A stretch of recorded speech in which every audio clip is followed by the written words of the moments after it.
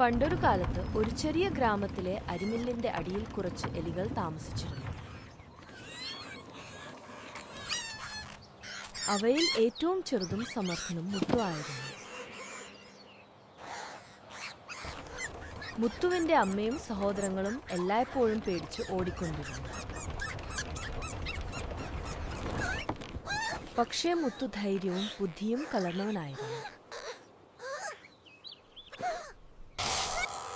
ഒരു ദിവസം അരിമില്ലിന്റെ ഉടം വലിയ കൊട്ടയിൽ അരി നിറച്ചു.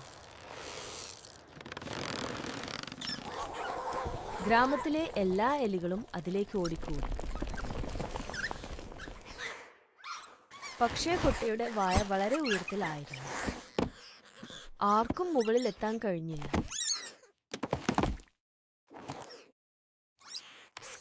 എല്ലാവരും നിരാശരായി മടങ്ങിത്തുടങ്ങി.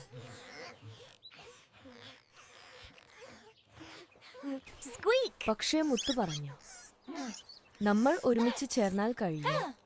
ഞാൻ വഴിയുണ്ടാക്കാം. അവൻ സഹോദരങ്ങളോട് തടികളും തുണിക്കഷ്ണങ്ങളും കൊണ്ടുവരാൻ പറഞ്ഞു.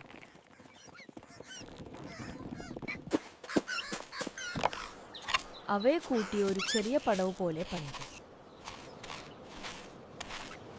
മുത്തു അതിൽ മുൻപോട്ട് കയറി. മറ്റു എലികളും ഒന്ന് പിന്നൊന്ന് കയറി തുടങ്ങി. അവസാനം എല്ലാവരും കൊട്ടയുടെ മുകളിലെത്തി.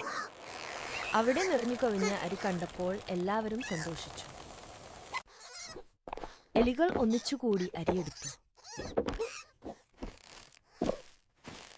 മുഴുവൻ കുടുംബവും ഭക്ഷണം പങ്കിട്ടു.